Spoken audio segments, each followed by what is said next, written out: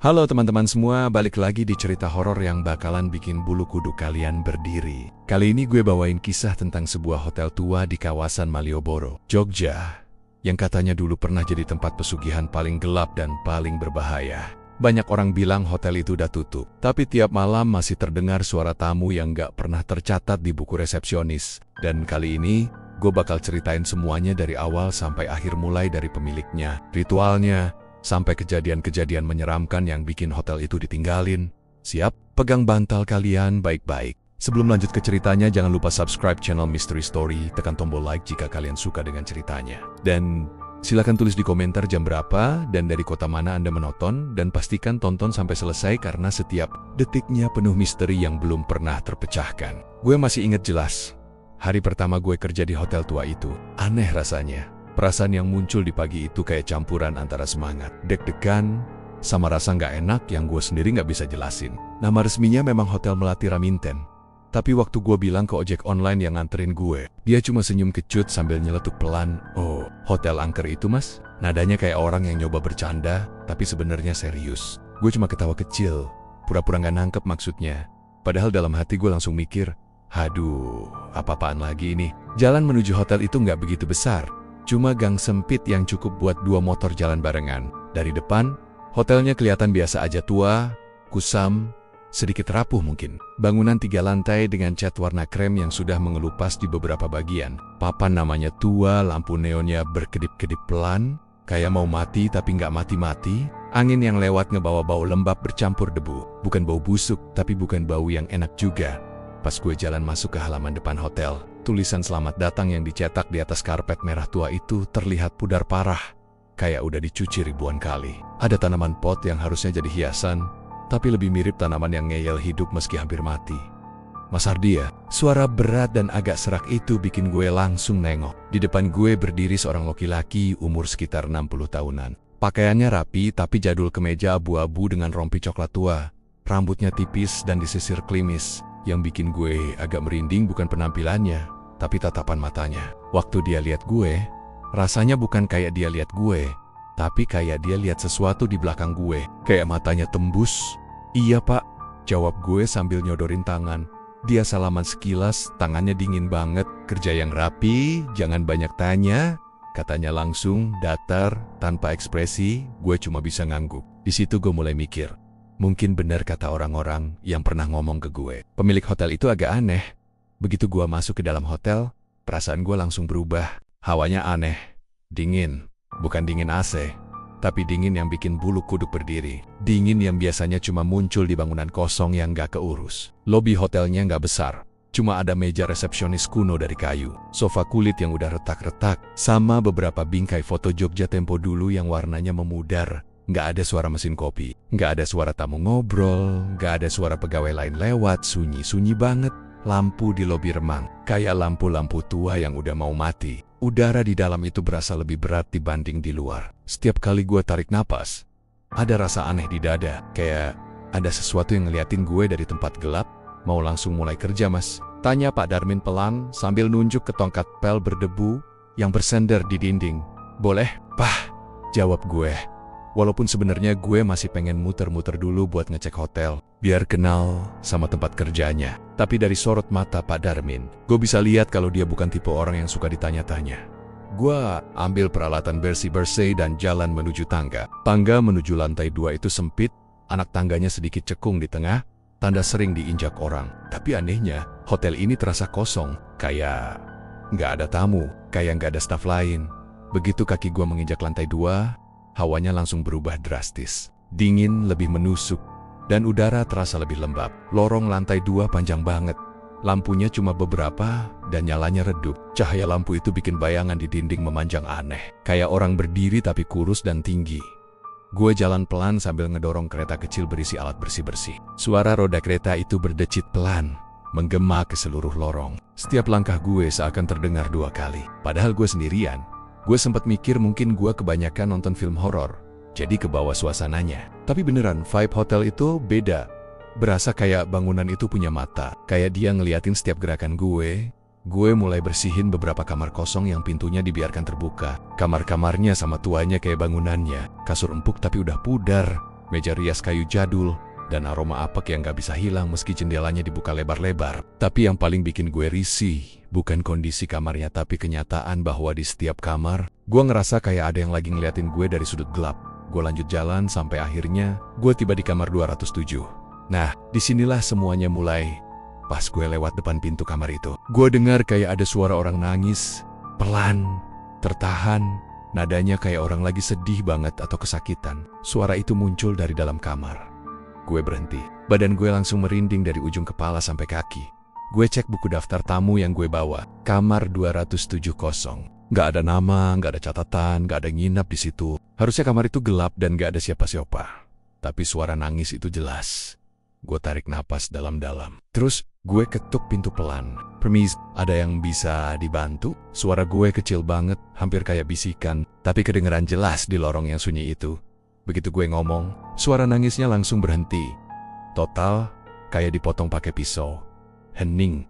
Gue mundur setengah langkah. Tangan gue dingin, jantung gue rasanya pindah ke tenggorokan. Lalu tiba-tiba, ada angin dingin banget keluar dari celah bawah pintu. Dingin yang menusuk sampai ke tulang. Angin itu beneran bikin gue merinding parah. Kayak ada sesuatu di balik pintu itu yang hembuskan napasnya ke arah gue. Sebelum gue sempat ngapa-ngapain, pintu kamar 207 pelan-pelan bergerak. Bunyi krek-kreknya jelas banget. Pelan tapi bikin bulu kuduk berdiri. Pintu itu kebuka sendiri, sedikit demi sedikit. Sampai terbuka cukup lebar untuk gue bisa lihat bagian dalamnya. Gelap. Bener-bener gelap total. Kayak kamar itu gak punya jendela sama sekali. Gue gak bisa lihat apa-apa. Tapi dari dalam gelap itu gue ngerasa sesuatu. Ada aura aneh, berat. Kayak ruangan itu nyimpen sesuatu yang gak seharusnya ada. Gue melirik buku daftar tamu lagi. Kamar 207 jelas-jelas kosong. Gak ada penghuni. Terus, siapa yang nangis barusan? Dan siapa atau apa yang barusan ngebuka pintu itu dari dalam? Di momen itu, gue sadar satu hal. Hari pertama gue kerja di hotel ini. Bukan awal yang bagus. Ini baru awal dan gue udah ngerasa kayak ada sesuatu yang kelam banget di tempat ini. Dan gue belum tahu bahwa ini semua baru permulaan dari hal-hal yang jauh lebih menyeramkan. Gue berdiri di depan pintu kamar 207 sambil nahan napas. Pintu itu kebuka sekitar 10 cm. Cukup buat gue ngeliat dalamnya yang gelap total. Gue gak tahu kenapa, gue masih nekat buat masuk. Logikanya gue harusnya udah kabur dari tadi. Tapi ada rasa penasaran bercampur takut yang bikin kaki gue tetap melangkah maju. Begitu gue dorong pelan pintunya, bunyinya nyaring banget di lorong yang sunyi itu. Kayak suara pintu tua yang udah lama gak dibuka. Kamar itu gelap gulita lampunya mati. Dan bau lembab langsung nyerang hidung gue. Udara di dalam kamar beda. Lebih berat, lebih dingin. Kayak masuk ke ruangan yang udah lama ditinggalin orang. Tapi masih ada sesuatu yang tinggal di sana. Gue pegang saklar lampu di dekat pintu. Tapi waktu gue klik, lampunya gak nyala. Cuma bunyi tek kecil, tapi ruangan tetap gelap total. Gue maju sedikit sambil ngeluarin ponsel buat nyalain flashlight. Tapi sebelum jari gue nyentuh layar, gue lihat sesuatu. Di pojok ruangan, ada bentuk hitam kayak sosok orang. Kotak siluetnya kelihatan jelas dari cahaya samar yang masuk dari lorong belakang gue. Sosok itu duduk nunduk, rambutnya panjang banget sampai hampir nyentuh lantai. Rambutnya berantakan nutupin seluruh mukanya. Gue langsung kaget dan berhenti di tempat. "Bu, Pak," suara gue keluar pelan, nyaris kayak bisikan. "Anda tamu hotel?" Sosok itu gak menjawab. Dia cuma diam sambil nunduk, tapi bahunya gerak naik turun pelan. Kayak lagi nangis. Nangisnya tanpa suara, cuma gerakan tubuhnya yang kelihatan. Jantung gue langsung deg-degan gak karuan. Gue cek daftar tamu lagi. Bener, kamar ini kosong, terdaftar kosong. Tapi jelas-jelas ada seseorang di dalam. Gue coba ngomong lagi, "Bu, Anda baik-baik saja? Perlu bantuan?" Diam, gak ada reaksi. Tapi gue yakin banget dia nangis. Gerakan bahunya terlalu jelas. Gue maju pelan. Langkah gue lembut banget. Tapi lantai kayu tua itu tetap ngeluarin suara kriit. Kriit, kecil. Setiap suara itu muncul, gue ngerasa kayak seluruh kamar ngedengerin gue. 1 langkah, 2 langkah, 3 langkah.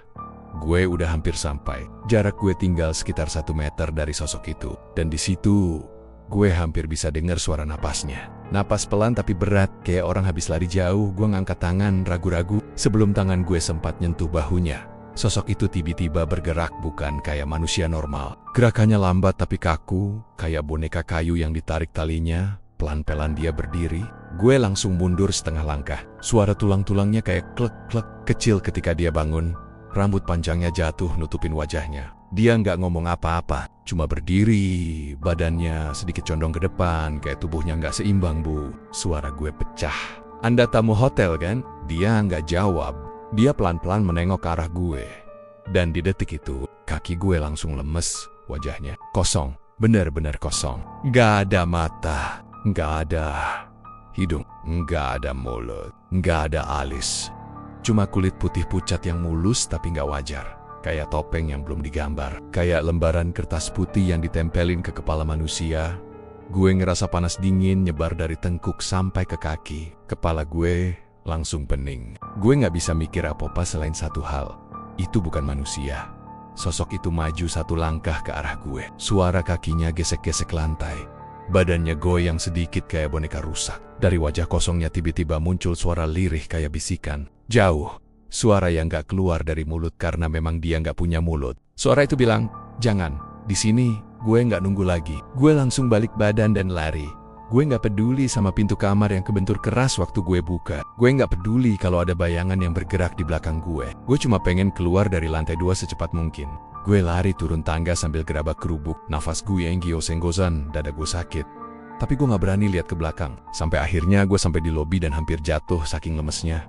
Mbak Tika, resepsionis hotel, langsung kaget lihat gue. Mas Ardi, kenapa kok pucat gitu? Napas gue putus-putus tapi gue maksa ngomong. Mbak, kamar 207, itu ada tamunya ya? Ada orang tadi di dalam nangis terus. Gue belum selesai ngomong, Mbak Tika langsung berubah ekspresi. Wajahnya pucat kayak orang lihat setan. Dia lihat gue serius banget, matanya melebar mas. Suaranya pelan dan gemeter. Gak usah pernah masuk kamar itu mas. Gue diem. Bulu kuduk gue langsung naik lagi. Tapi tadi ada orang, Mbak. Beneran, rambutnya panjang, duduk di pojokan. Tidak ada. Suara Mbak Tika tiba-tiba naik. Dia langsung tutup mulut pakai tangan. Kayak sadar dia terlalu keras. Dia lihat sekeliling, pastiin gak ada tamu lain yang denger. Suaranya turun lagi, tapi makin gemeter. Mas, tolong, jangan pernah deket-deket kamar itu lagi. Tapi kenapa, Mbak? Dia nggak jawab, dia cuma geleng pelan sambil pandangannya kosong ke arah tangga lantai 2. Seperti lagi lihat sesuatu yang nggak bisa dijelasin. Gue bisa lihat jelas, dia takut, bener-bener takut. Dan kalau orang yang kerja di sini bertahan-tahan aja takut sama kamar itu. Apalagi gue yang baru sehari kerja. Gue duduk di sofa lobi sambil mencoba nenangin diri. Keringat dingin gue masih keluar, tangan gue gemeter. Gue coba mikir jernih. Tapi yang muncul cuma wajah kosong itu. Wajah yang gak punya bentuk tapi tetap kayak lagi ngeliatin gue tanpa mata. Gue mulai sadar kalau ada banyak hal aneh yang gak pernah gue tanya sebelumnya. Kenapa hotel ini sepi? Kenapa lantai 2 dingin banget? Kenapa kamar itu gelap terus? Satu hal yang paling bikin gue gak tenang. Kalau kamar itu kosong menurut daftar tamu. Lalu siapa yang barusan ada di dalam? Atau lebih tepatnya, sejak kejadian itu, gue mulai ngerasa hotel ini bukan cuma bangunan tua biasa. Ada sesuatu di dalamnya. Sesuatu yang tinggal di sana. Sesuatu yang gak terdata, gak tercatat, tapi nyata. Dan makin gue mikir, makin gue sadar. Mungkin gue udah melangkah terlalu jauh. Mungkin gue seharusnya gak pernah kerja di sini. Dan gue belum tahu. Kejadian di kamar 207 itu baru permulaan dari teror yang bakal gue hadapi. Shift malam pertama gue dimulai jam 11. Biasanya, mantan pegawai hotel yang gue ganti dulu bilang kalau shift malam itu membosankan. Katanya, tamu hotel jarang keluar kamar, paling cuma ada suara AC atau TV dari kamar-kamar tertentu. Selebihnya sunyi banget, tapi dari awal gue nginjek hotel ini, semuanya udah bikin gue ngerasa ada yang gak beres. Dan malam itu, rasa gak beres itu makin jelas. Sekitar jam 1 pagi, setelah gue selesai ngecek laporan, tiba-tiba gue dengar suara rame dari lorong lantai 2, padahal sebelumnya hotel ini sunyi. Bahkan jam 11 malam tadi gue bisa dengar suara jam dinding berdetak. Tapi suaranya kayak hotel lagi penuh. Gue jelas kaget. Ada suara langkah kaki kayak orang lagi jalan cepat. Ada yang pelan, ada yang kayak diseret. Kadang terdengar suara koper yang digeret panjang, nyeret-nyeret di lantai yang udah kusam. Saking berisiknya gue sampai mikir apa ada rombongan yang baru check-in tengah malam.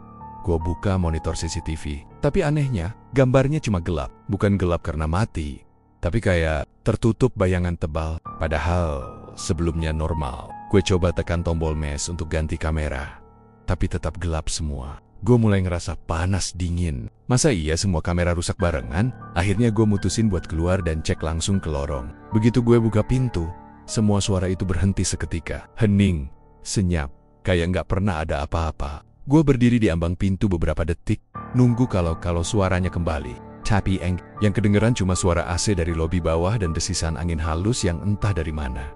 Lorong lantai 2 itu panjang, lurus, karpet merahnya udah agak pudar dan bau apek samar. Lampunya kuning redup, bikin bayangan di lantai terlihat panjang dan goyang-goyang tiap kali AC nyala. Gue melangkah pelan, tapi gue tetap ngerasa kayak ada banyak orang yang ngeliatin dari belakang pintu-pintu kamar. Padahal gue tahu cuma ada 2 kamar yang terisi malam.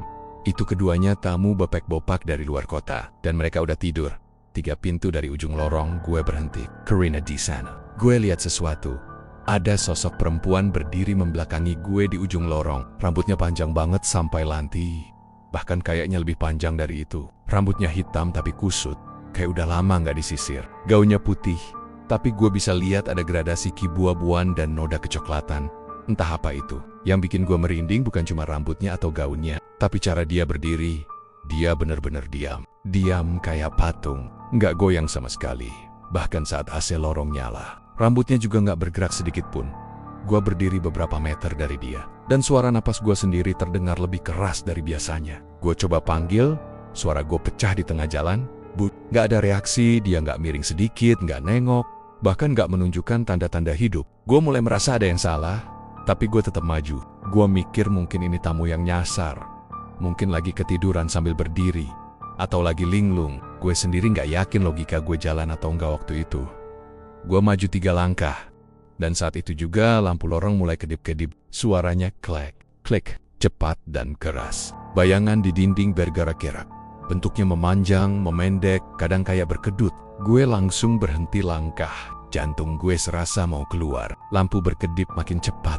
Dan setiap kali kedip, posisi bayangan perempuan itu kayak berubah sedikit. Kadang lebih dekat, kadang lebih jauh. Gue nggak tahu itu beneran gerak atau cuma bayangan lampu yang nipu mata gue.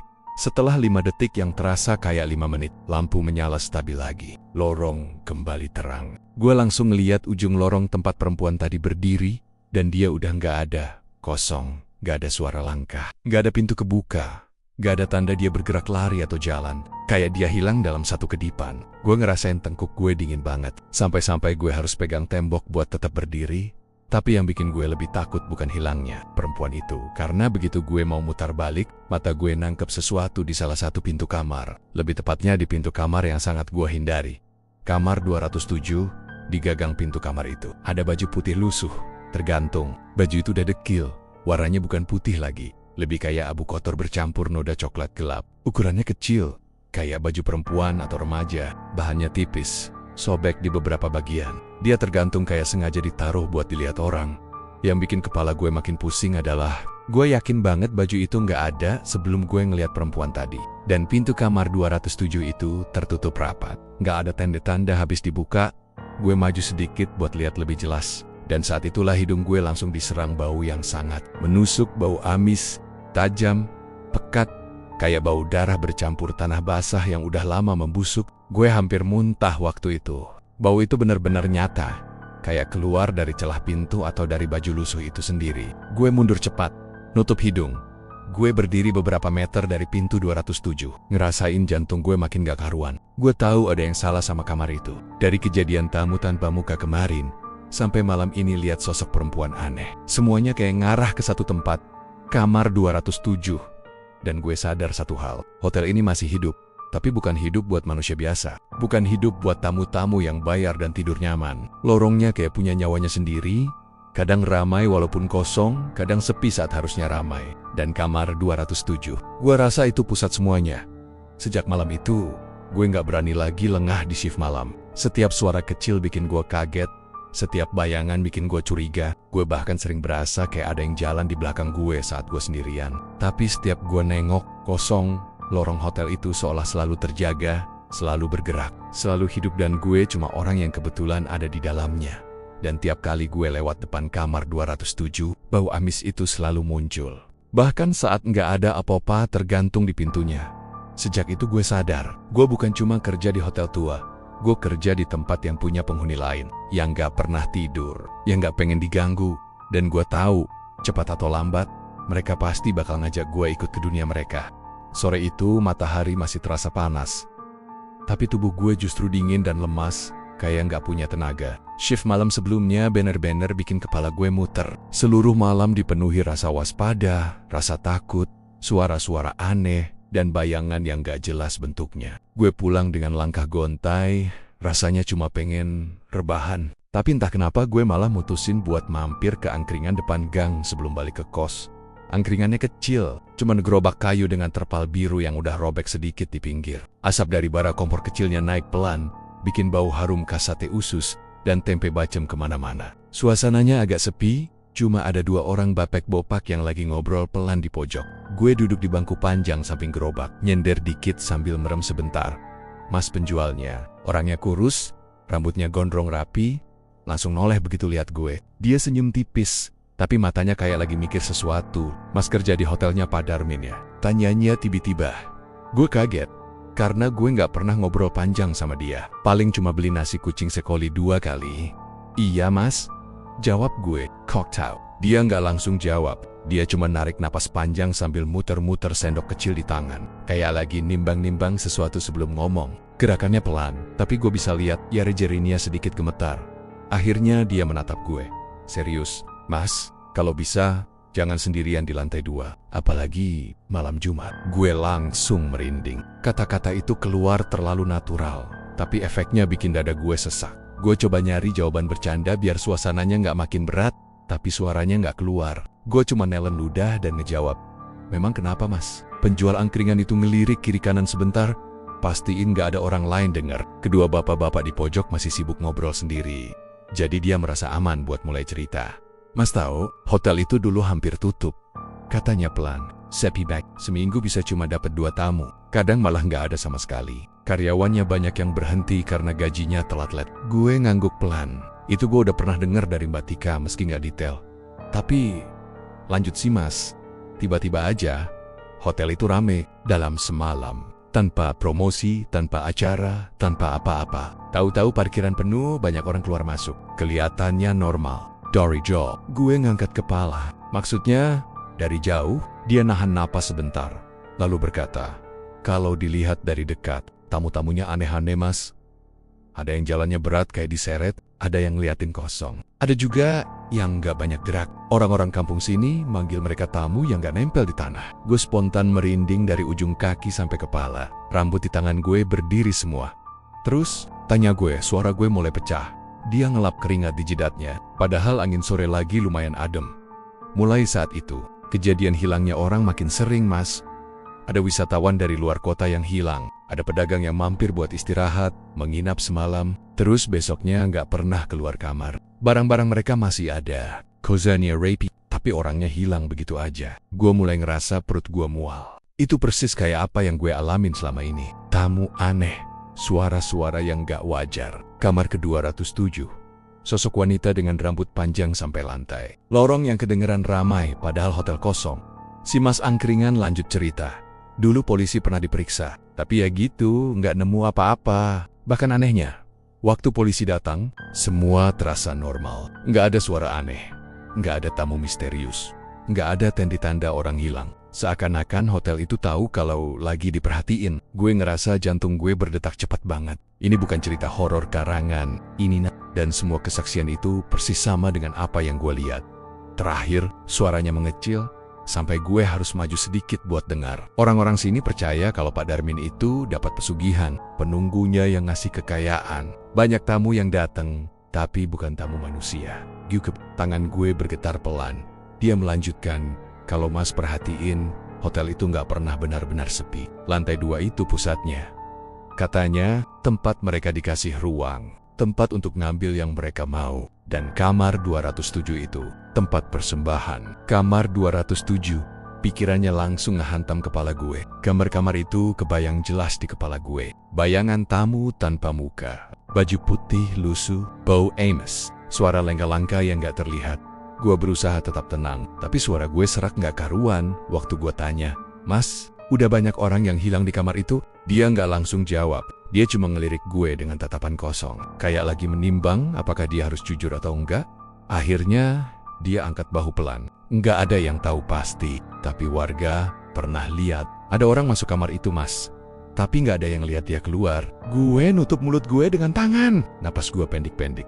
Dan yang Mas harus tahu, tambahnya lagi, kamar itu pernah disegel. Pernah ditutup permanen. Tapi beberapa tahun lalu segelnya dibuka lagi.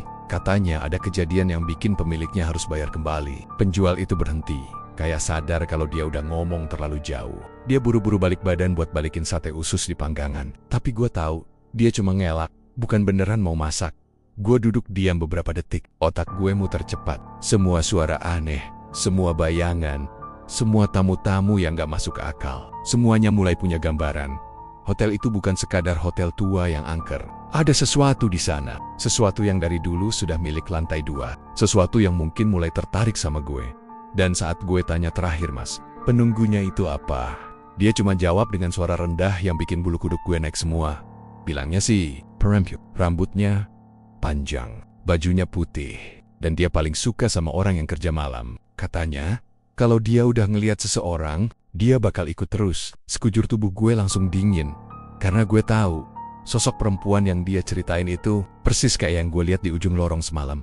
Malam itu, di angkringan kecil, sambil makan nasi kucing yang rasanya jadi hambar, gue akhirnya sadar, apapun yang terjadi di hotel itu, gue udah terlibat terlalu jauh. Dan sepertinya dia sudah ngeliat gue. Sejak ngobrol sama mas angkringan itu, pikiran gue gak pernah tenang lagi. Setiap masuk hotel, setiap lewat lorong, setiap buka pintu kamar, gue selalu ngerasa kayak ada yang ngikutin dari belakang. Rasanya pergerakan gue selalu dipantau. Udara hotel makin berat, lampu-lampu makin sering kedap-kedip, suara-suara aneh makin sering muncul.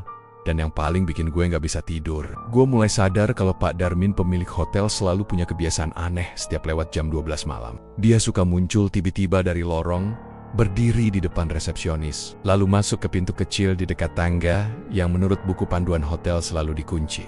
Pintu itu menuju basement, ruangan yang katanya tempat penyimpanan barang-barang lama. Tapi gak mungkin sesimpel itu. Karena setiap kali pintu itu kebuka, hawa dingin dari dalamnya bukan dingin biasa. Dinginnya kayak dingin yang keluar dari tempat mayat disimpan kering, kelam, dan bikin napas berat. Gue udah lihat itu berkali-kali. Tapi malam itu entah kenapa Pak Darmin terlihat lebih gelisah. Dia bolak-balik ke resepsionis, cek jam, ngelirik lorong lantai 2, terus balik lagi. Gue pura-pura sibuk nyapu. Tapi dari ekor mata gue, dia kelihatan kayak lagi menunggu sesuatu. Waktu jam dinding nunjuk angka 12,3. Dia langsung melangkah cepat ke pintu basement sambil bawa sesuatu yang dibungkus kain hitam. Sesuatu yang bentuknya memanjang. Yang kalau lo lihat, lo bakal langsung kepikiran itu bukan barang. Gue gak bisa lagi cuma diem. Setelah sebulan kerja di hotel ini, semuanya mulai masuk akal. Tamu hilang, suara lorong, kamar 207, sosok wanita tanpa wajah, dan bau amis yang kadang muncul tanpa alasan. Semua sumbernya cuma satu. Lantai 2 dan basement. Malam itu, gue nekat. Waktu pintu basement hampir nutup, gue buru-buru ngintip dari balik dinding. Gue lihat bayangan Pak Darmin turun. Begitu pintu itu beneran ketutup, gue nunggu beberapa detik sampai langkahnya menjauh. Lalu gue pelen-pelen membuka pintunya lagi. Terkunci. Tapi ada trik lama yang pernah gue lihat waktu Mbak Tika buka pintu itu. Kuncinya nggak rapid. Tinggal didorong sedikit pakai lutut sambil angkat handle dikit. Gue coba. Suara klik kecil terdengar, pintu kebuka. Gue langsung merinding. Bau amis langsung nusuk hidung gue. Lampu di tangga bawahnya temaram. Nyala kekuningan kayak mau mati. Setiap langkah gue ke bawah, suhunya makin dingin. Tangga itu panjang banget. Padahal hotel cuma 3 lantai, kayak basementnya lebih dalam dari seharusnya. Sampai akhirnya gue sampai di dasar tangga. Lantai basement itu dari beton kasar yang retak-retak. Dindingnya penuh lumut hitam. Ada suara tetesan air pelan yang bikin suasana makin ngeri. Gue sembunyi di balik tiang besar, ngintip sedikit ke tengah ruangan. Dan di sanalah gue lihat sesuatu yang bikin gue nggak bisa gerak. Sebuah mangkuk besar dari besi tua. Ukurannya hampir setinggi lutut orang dewasa, penuh cairan merah gelap. Baunya, aduh, gue nggak mau nebak. Tapi amisnya parah. Pak Darmin berdiri di depan mangkuk itu sambil bawa kain hitam yang tadi dia pegang. Dia buka kain itu, dan dari dalamnya jatuh sesuatu ke lantai. Gue gak bisa lihat jelas bentuknya dari jauh, tapi gue yakin itu bukan kain atau barang biasa. Bentuknya lembek, berat, dan saat jatuh, keluar suara plek yang bikin bulu kuduk gue naik semua. Pak Darmin mulai baca sesuatu dengan suara pelan. Bukan bahasa manusia normal. Kayak mantra, kata-katanya berulang, cepat, dan bikin ruangan terasa makin sempit. Tiba-tiba, dinding basement bergetar pelan. Awalnya cuma getaran halus kayak ada truk lewat jauh di luar. Tapi makin lama getarannya makin kuat. Debu jatuh dari langit-langit. Lampu kedip-kedip kayak mau mati. Bau tanah basah tiba-tiba kecium kuat banget. Bercampur sama bau amis dari sudut paling gelap ruangan itu. Sesuatu bergerak. Gue langsung napas ketahan. Tubuh gue membeku. Sosok itu muncul pelan dari gelap. Tinggi banget.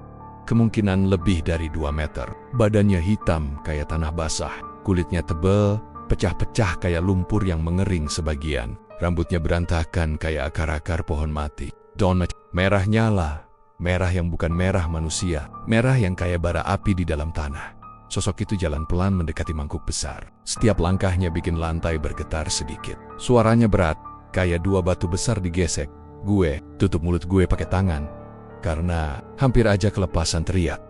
Makhluk itu berhenti di depan Pak Darmin. Lalu dia buka mulutnya. Suara yang keluar bukan suara biasa, dalam berat, kayak datang dari perut bumi. Jatah tumbal malam ini, mana? Gue langsung ngerasa jantung gue hampir copot. Pak Darmin tunduk hampir nyium lantai. Sudah saya siapkan tuan. Dia ada di lantai 2, kamar 207. Kamar 207. Darah gue langsung dingin. Gue ingat jelas, suara tangisan, angin dingin dari bawah pintu. Wanita tanpa wajah. Baju putih, lusuh, wangi amis yang keluar dari kamar itu. Semua puzzle mulai nyatu.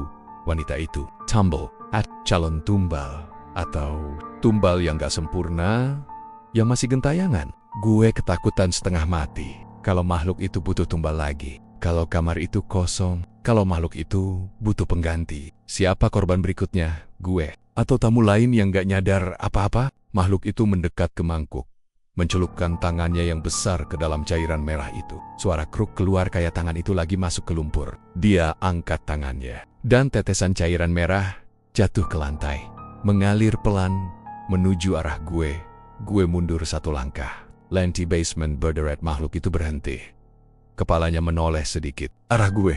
Gue langsung lari. Gue gak mikir apa-apa lagi. Gue lari naik tangga sekuat tenaga. Setiap langkah berasa kayak ada sesuatu yang ngejar dari belakang. Gue denger suara berat itu ngorok pelan. Dinding getar lagi. Lampu mati nyala cepat. Dan gue yakin banget makhluk itu tahu gue ada di sana. Begitu sampai lantai dasar, gue banting pintu basement, kunci dari luar, dan ngibrit ke resepsionis tanpa mikir napas gien gos-nosan. Jantung gue mau meledak. Satu hal yang cuma terlintas di kepala gue harus kabur dari hotel ini sebelum nama gue jadi jatah tumbal selanjutnya. Gue gak tidur sama sekali malam setelah lihat ritual mengerikan di basement itu. Setiap kali gue merem, suara makhluk besar itu muncul lagi di kepala gue berat, dalam, kayak datang dari perut bumi. Dan bayangan Pak Darmin yang tunduk sambil nyiapin tumbal baru gak pernah hilang dari pikiran gue.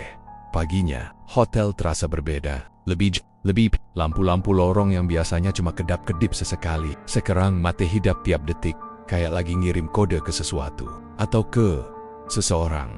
Dan hawa dingin yang biasanya cuma muncul di lantai 2, sekarang naik sampai lantai 1. Sampai resepsionis pun dinginnya kayak kulkas. Gue masuk kerja dengan perasaan gak karuan. Gue ngerasa kayak setiap sudut hotel lagi ngeliatin gue. Bukan cuma lorongnya, bukan cuma pintunya, tapi semuanya. Pas gue baru mau naik ke lantai 2 buat ngecek kamar Mbiok, Tica tiba-tiba narik tangan gue. Mas Ardi, suaranya lirih, gemetar. Semalam mas ke mana? Gue langsung pura-pura bego. Kemana apaan mbak? Saya shift malam. Ya di resepsionis. Mbak Tika geleng pelan, matanya merah kayak abis nangis. Jangan bohong, ada yang ngeliat mas turun ke basement. Gue langsung ngerasa jantung gue mau berhenti. Mbak, siapa yang lihat? Dia nggak jawab, dia cuma bilang, mas. Seharusnya mas nggak kesana. Mereka nggak suka. Siapa mereka? Gue nggak berani nanya, karena gue takut jawabannya malah bikin gue makin takut buat nafas. Hari itu gue kerja sambil ngerasa semua ruangan kayak berubah. Lorong jadi lebih panjang, cahaya lampu kayak ketarik ke belakang. Gak sampai ke lantai, bayangan di dinding lebih lama menghilang, dan suara-suara bisikan kecil kedengeran makin jelas. Awalnya cuma kayak suara angin, lama-lama kayak orang kalau lagi bisik-bisik sambil nutup mulut. Suara itu selalu ada di belakang gue. Setiap gue jalan gue. Udah mau hilang siang itu gue dapet tugas ngecek kamar-kamar lantai 2. Termasuk kamar 210, 212, 215, tapi pas gue lewat depan kamar 207, bulu kuduk gue langsung berdiri. Pintu kamar itu kebuka sedikit. Padahal gue yakin banget tadi pagi pintunya ditutup rapat dan digembok dari luar. Gue pelan-pelan jalan mendekat. Dalam hati gue udah bilang, jangan lihat, jangan pernah lihat ke dalam. Tapi entah kenapa, kaki gue malah berhenti tepat di depan pintu itu. Dari celah pintu yang kebuka, gue lihat ruangan gelap total. Gelapnya, kayak nggak ada lampu sama sekali. Kayak tempat itu nggak pernah kena cahaya sejak hotel dibangun. Gue nggak mau lihat, tapi mata gue ngelirik sendiri.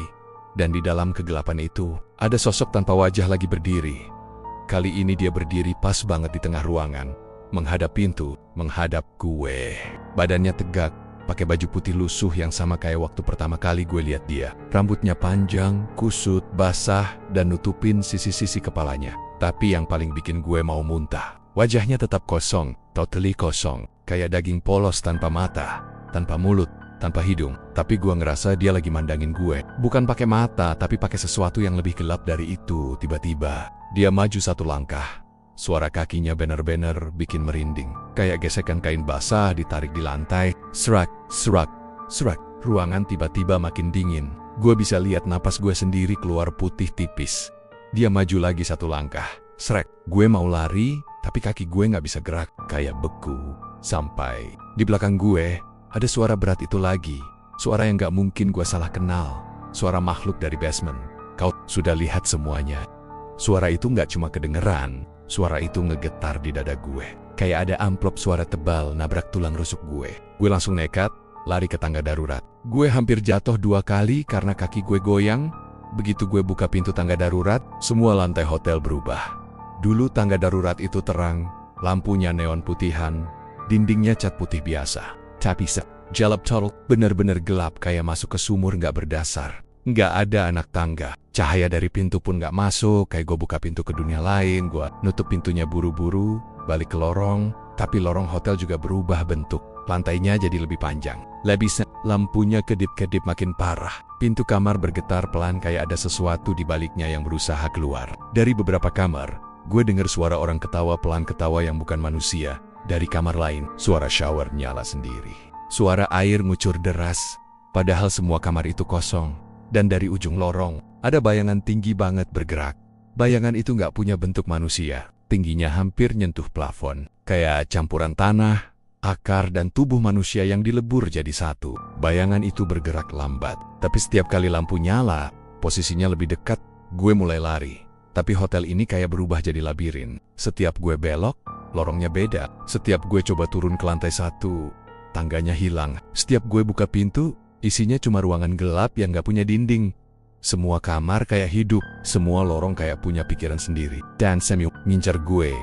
Gue ngerasa dinding lorong makin sempit, suara bisikan makin keras. Pintu kamar makin kencang gebrakannya. Mereka tahu, mereka sadar, mereka ngikutin gue. Karena gue udah masuk ke tempat yang seharusnya gak gue lihat.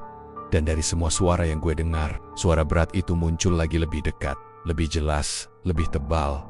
Kau milik kami, sekitar. Gue hampir jatuh, napas gue ngelos. Gue ngerasa seluruh lorong bergerak mendekat gue. Tapi sebelum gue sempat ngambil napas, dari belakang gue, suara langkah basah itu makin dekat.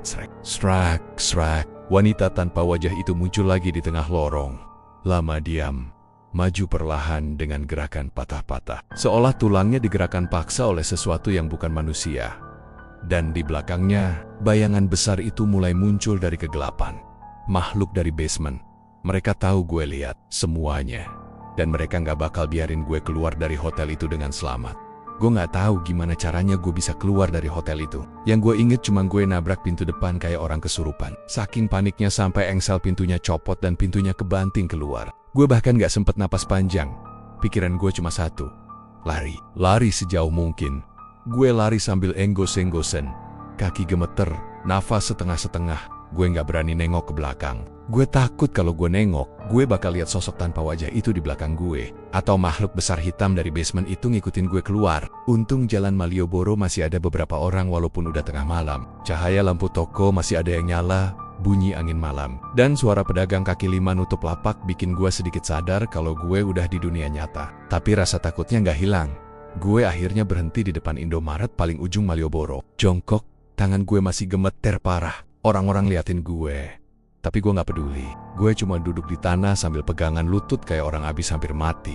Badan gue dingin. Tengkuk gue serasa masih ada yang ngikutin. Gue cuma bisa bilang dalam hati, gue gak mau balik ke tempat itu lagi. Enggak, sampai kapanpun, besoknya, setelah gue agak tenang, gue nekat balik ke hotel itu. Tapi, gue gak sendirian. Gue bawa polisi. Bahkan 3 orang polisi sekaligus. Karena gue lapor kalau ada aktivitas mencurigakan di hotel itu, ada orang hilang. Dan ada pemilik hotel yang nyimpan sesuatu mencurigakan di basement. Gue kira begitu polisi masuk, mereka bakal lihat kayak apa hotel itu sebenarnya. Mungkin mereka bakal lihat si susisi ritual aneh di basement. Atau kamar 207 yang isinya makhluk tanpa wajah. Mungkin juga mereka bakal ketemu Pak Darmin dan staf hotel lainnya. Tapi ternyata dugaan gue salah besar. Saat kami sampai di depan bangunan hotel itu, suasananya beda banget. Nggak kayak malam sebelumnya. Hotelnya gelap. Bener-bener gelap. Bahkan kayak udah lama gak ada listrik. Papan nama hotel yang biasanya kedap-kedip itu sekarang mati total. Kayak gak pernah nyala dari lama. Kacanya kusam. Pintunya setengah terbuka. Dan gak ada tanda kehidupan sama sekali. Gue langsung ngerasa ada yang gak beres.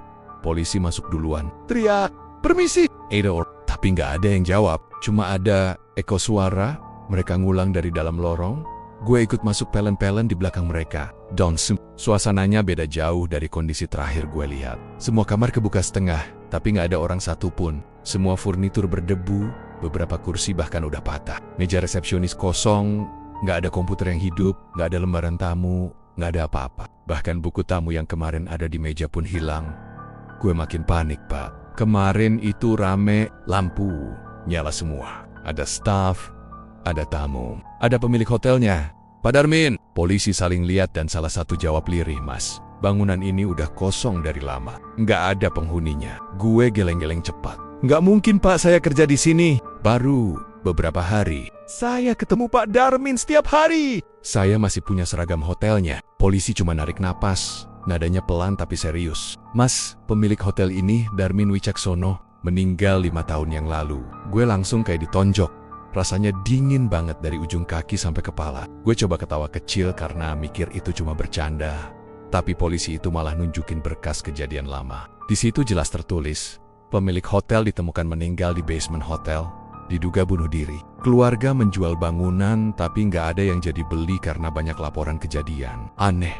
Gue mundur beberapa langkah tanpa sadar. Terus, selama ini gue kerja sama siapa? Gue lihat sekeliling dan baru sadar satu hal. Hotel ini udah kelihatan kayak bangunan tua yang ditinggalkan bertahun-tahun. Bukan hotel yang semalam gue tinggalkan. Dindingnya kusam, spanduk promo hotel udah sobek-sobek, dan beberapa lampu gantung jatuh ke lantai. Gue merasa tenggorokan gue kering, kayak nggak bisa nafas. Polisi ngecek tiap ruang, termasuk basement. Tapi saat mereka buka pintu basement, tempat itu kezong, nggak ada mangkuk cairan merah. Nggak ada bau aneh, nggak ada ritual apapun. Lantainya berdebu tebal. Kayak nggak pernah ada orang turun ke sana selama bertahun-tahun. Gue berdiri di pintu basement itu sambil gemetar. Karena gue bisa lihat dengan jelas lokasi di mana gue semalam melihat makhluk hitam besar itu berdiri. Tapi sekarang cuma ruangan kosong dan dingin. Gue akhirnya dipaksa pulang karena polisi bilang mereka bakal tutup bangunan itu sementara waktu. Tapi gue tahu satu hal. Yang gue alami semalam, ini terlalu nyata untuk jadi mimpi atau halusinasi. 3 hari setelah kejadian itu, gue nggak bisa tidur. Setiap malam gue ngerasa ada yang berdiri di sudut kamar gue. Kadang gue denger suara langkah kaki basah. Kadang gue cium bau amis di tengah malam. Gue pikir gue cuman kebawa suasana trauma.